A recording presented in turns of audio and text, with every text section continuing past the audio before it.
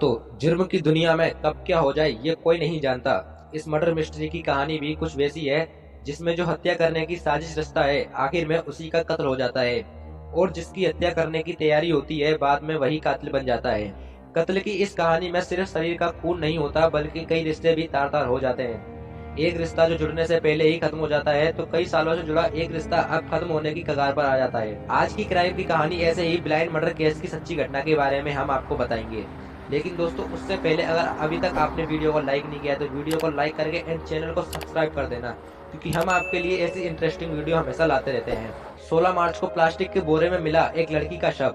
इस real murder mystery की शुरुआत होती है 16 मार्च 2022 को राजस्थान के अलवर जिले का भिवाड़ी इलाका, यहाँ के तादरपुर थाना एरिया के इंदिरा बस्ती पुलिस के पास एक प्लास्टिक के बोरे में एक लड़की की लाश मिलती है।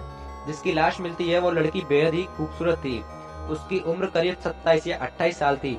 पुलिस उसकी पहचान करने के लिए काफी प्रयास करती है, लेकिन ऐसा कोई दस्तावेज नहीं मिलता है जिससे उस लड़की की पहचान की जा सके। आखिर में पुलिस आसपास के थानों से गुमशुदा लड़की का पता लगवाती है। जैसा कि हर जिले की पुलिस करती है, पुलिस ने अखबार में भी विज्ञापन निकलवाया, लेकिन फिर भी कोई सुराग नहीं मिलता है। ऐसे में पुलिस के नियम के तहत 48 घंटे तक शव को रखने के बाद उसके फोटोग्राफ लेकर पोस्टमार्टम कराया। पोस्टमार्टम रिपोर्ट से पता चल जाता है कि लड़की की गला दबाकर हत्या की गई थी, लेकिन किसने की और क्यों की, इस बारे में पुलिस को कोई जानकारी नहीं मिल पाई। अब पुलिस को इतना तो समझ में आ गया था कि लड़की आसपास के इलाके की नहीं है। ऐसे में फिर वो कहां से आई थी, इसका पता लगाने के लिए होटल और आसपास की दुकानों के बारे में पता लगाती है। यहाँ से होटल वाले ने बताया कि दिल्ली नंबर की कार आई थी, वो कई बार यहाँ चक्कर भी लगाई थी। अब पुलिस उस नंबर की कार का पता लगाने के लिए सीसीटीवी खंगालती है, चूँकि दिल्ली नंबर की गाड़ी शक के दायरे में आती है। इसी आधार पर दिल्ली पुलिस को भी सूचना दी जाती है कि पिछले कुछ दिनों में 27 से 30 उम्र वाली कोई लड़की किसी थाने से लापता है क्या। तब दिल्ली की गांधीनगर पुलिस से जानकारी मिली कि 14 मार्च से एक लड़की लापता है। उसका नाम प्रियंका है। उसकी उम्र करीब 28 से 29 साल है। वो घर वालों से ये कहकर निकली थी कि एटीएम से पैसे निकालने जा रही है, लेकिन उसके बाद वो नहीं लौटी थी। अब पुलिस ने जब थाने में मौजूद लापता लड़की की फोटो देखी तो तुरंत पहचान गई।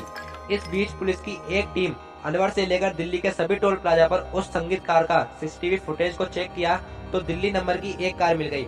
उस नंबर की जांच करने पर वो गाड़ी सुनैना के नाम पर रजिस्टर मिली थी। वहीं भिवाड़ी पुलिस की दूसरी टीम अब लापता लड़की के घर वालों से पूछताछ करती है। उनसे पूछताछ करने पर यह पता चला कि प्रियंका ट्यूशन पढ़ाती थी। इसके लिए वो कपिल गुप्ता के घर जाती थी। कपिल गुप्ता दिल्ली में ही कारोबार करते हैं।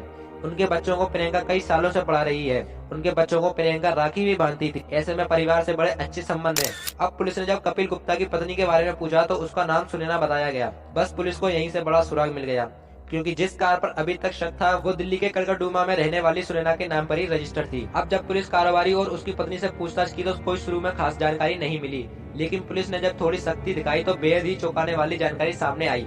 पूछताछ में पता चला कि प्रियंका पिछले 9 सालों से कपिल गुप्ता के बच्चों को ट्यूशन पढ़ा रही थी। प्रियंका को पढ़ाने के 2 साल के भीतर ही प्रियंका और कपिल गुप्ता में गहरी दोस्ती हो गई थी। फिर दोनों में करीबी रिश्ते बन गए। ये सिलसिला लगातार दोनों में चलता रहा।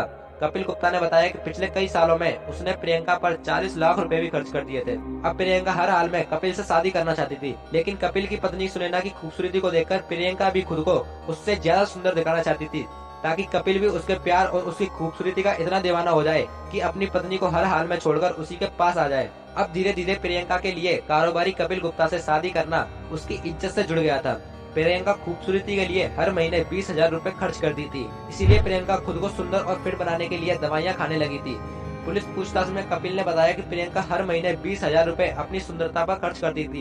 इन पैसे को वो विटामिन सी और ब्यूटी मेडिसिन पर खर्च करती थी। खुद को सुंदर बताकर अब वो लगातार कपिल पर अपनी पत्नी सुनैना को छोड़कर शादी करने का दबाव बना रही थी।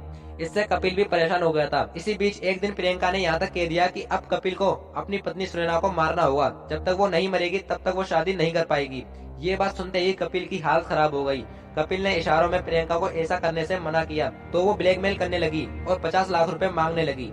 इसी वजह से कपिल बुरी तरह से परेशान रहने लगा था। उसका बिजनेस पर भी ध्यान नहीं लग पा रहा था। इस बारे में जब उसके 2 नौकर और उसकी पत्नी को जानकारी हुई तब सबने मिलकर ये प्लान बनाया कि अब प्रियंका को ही रास्ते से हटा देंगे, वरना वो हमेशा परेशान करती रहेगी और ब्लैकमेल भी करेगी। इस तरह 14 मार्च 2022 को खुद कपिल ने प्रियंका को घर से बाहर पैसे निकालने के बहाने से बुलाया। इस बीच कपिल ने अपने दोनों नौकरों राजकिशोर यादव और सचिन देवल को खूब शराब पिलाई, ताकि वो आसानी से प्रियंका की हत्या कर सके। इसके बाद वे प्रियंका के पास पहुंचे। घटना वाले दिन यानी 14 मार्च को प्रियंका भी अपने घर पर पैसे निकालने की बात कहकर निकल आई। इसके बाद कपिल की कार में बैठ गई। कार में पहले से ही कपिल के दोनों नौकर भी थे। इसके बाद ये घूमने के बहाने निकले। कार में बैठने के बाद सुनसान जगह पर राजस्थान की तरफ जाते हुए रास्ते में ही सुनसान जगह पर ही सीट पर बैठे हुए ही गला घोटकर मार डाला। इस घटना का खुलासा करने वाले भिवाड़ी ततारपुर का थाना इंचार्ज एसएचओ विजय चंदेल ने बताया कि कार में आरोपी प्रियंका के शव को छुपाकर काफी देर तक घूमते रहे। फिर शाम के करीब 7 बजने पर जब काफी अंधेरा हुआ तब एक ततारपुर थाना एरिया के सुनसान एक पुल के नीचे डेड बॉडी को फेंक दिया था। इसके बाद सभी आसपास के इलाके में घूमते रहे और फिर एक होटल में खाना भी खाए थे। 16 मार्च को जब लड़की का शव मिला था तब कहीं से कोई सुराग नहीं मिलने पर आसपास के होटलों में पूछताछ की गई थी। उसी दौरान होटल वालों ने दिल्ली नंबर की एक कार पर शक जताया था क्योंकि उसने कई बार वहां चक्कर लगाए थे। इसी आधार पर जब कई इलाकों में जाकर टोल प्लाजा से सीसीटीवी फुटेज निकलवाया गया तब एक जगह गाड़ी के नंबर का पता चल सका।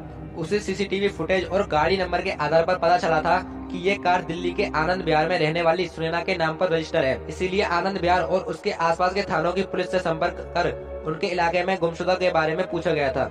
तब जाकर प्रियंका के बारे में जानकारी हुई और फिर पूरे केस का खुलासा हो सका। अब इस केस में मुख्य आरोपी कपिल गुप्ता, उसकी पत्नी सुनैना और दोनों नौकर राजकिशोर और सचिन को गिरफ्तार किया गया। इस घटना को लेकर अब कहा जा रहा है कि अवैध रिश्तों ने बने बनाए सालों के रिश्तों को न सिर्फ खत्म किया बल्कि जेल की सलाखों में भी पहुंचा दिया।